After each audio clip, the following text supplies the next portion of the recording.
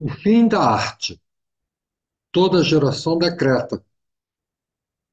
Fora gente do mais fino trato, tipo Platão, Kant, Danto.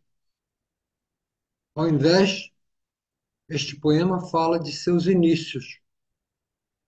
De Alexandre Andrei, poeta que rasga a capa do tronco e, se não existir, risca a parede de pedra, aparição.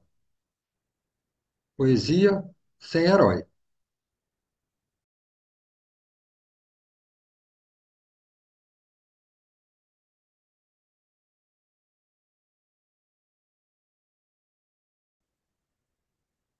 Se o detestado do perigo, a vizinha deste, ou doutro que me importe corpo, agito os braços e grito alto, curto, inarticulado. Rasgo a capa do tronco e, se não existir, risco a parede de pedra para indicar passagem de fuga, rota de abrigo, X do mapa. A origem de toda a arte, música, dança, pintura, escultura, literatura e teatro que as combina é desassossego e esperança. A vertigem e urgência começaram no ali, que somos animais sempre ao sabor da morte súbita, afastada por eloquência. O urro se espalha longe, modulado por inchar a bochecha e tensionar os lábios e forçar o tubo de emissão em meu pescoço. Algum dia depois, percebi poder enganar aos animais assobiando meu guincho e imitando o burburinho do riacho. Até que certa vez caiu-me em conta que o vociferar às tontas de euforia e desespero descreve como uma onda o que sentia. Daí a inventar canções e música foi um nada, melhor grunhindo, um tudo, de evadir da vida básica a vastidões de mim. Assim deixei de sugar o oco da tripa para afinar uma corda vibrante. Ouvi o vento no bambuzal e me pus a soprar seu toco. Desde então, me acompanha o feixe dos sons em harmonia e me inebria, me envolve mais que o barulho da água aos peixes. Para explicar o ocorrido, avisá-los, celebrizar meu feito, ou esconder o defeito, movia o talhe e a carne em imitação.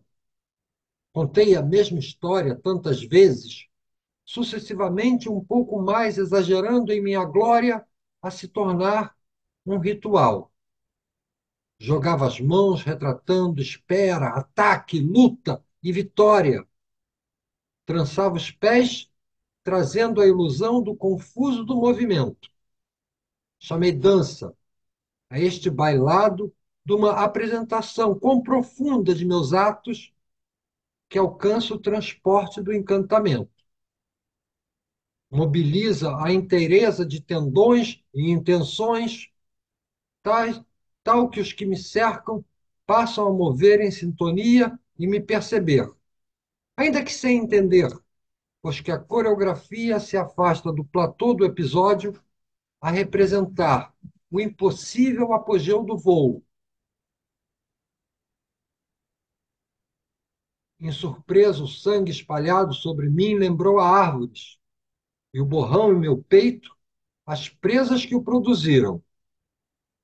Doutra feita foi o sumo da fruta que fez surgir um rosto detestado, e a nódoa mais além, cume da pedra em machado. Já tinha visto o pitoresco das nuvens desenhar coelhos no azul do céu e o contorno das montanhas a grotescos gigantes. O vermelho e o carvão foram as primeiras cores que borraram de figuras e significado a parede interna da caverna. Pintei-me longo, feito contar a eternidade como eu era veloz. e enorme, o ventre miraculoso das mulheres gerando a nós. Aprendi a usar pelo sedoso e telas do mais fino poroso que seja durável, sem jamais desistir, como no início de tatuar a pele. Da forma que numa casca o arranhar foi se tornando em silhueta e o atrito da lasca, esfolando o muro da rocha, virou sinal, o cabo do utensílio que avós e pais ensinaram a produzir começou a repetir o contorno dos meus dedos, a espantar o medo, as volutas de cabelo ornamentando a haste de amarra das cerdas do pente, e a parte onde se encurva a madeira do arco. Blocos enormes, decorados em artimanha de assustar demônios, ou empilhados a mostrar aos deuses que ergo montanhas, esculpir o mole do barro e cozê-lo duro, inflar a vaidade no derretido da areia, fundir o reluz dos metais à minha vontade. A fria escultura é amiga do fogo. E hoje a faço em miragens de luz, e no desconhecido cintilante do estante pixelizado. Quando adestrei a calma segurança da palma, logo a ponta táctil das falanges me levou a rabiscar a representação da fala. No utilitário conforme, estendia a serventia da madeira tenra e basalto brando ao traço da contagem e cuneiformes. Por muito tempo reinaram as disciplinas do cromo e do assomo, até que comecei a transcrever o perene da ordem divina.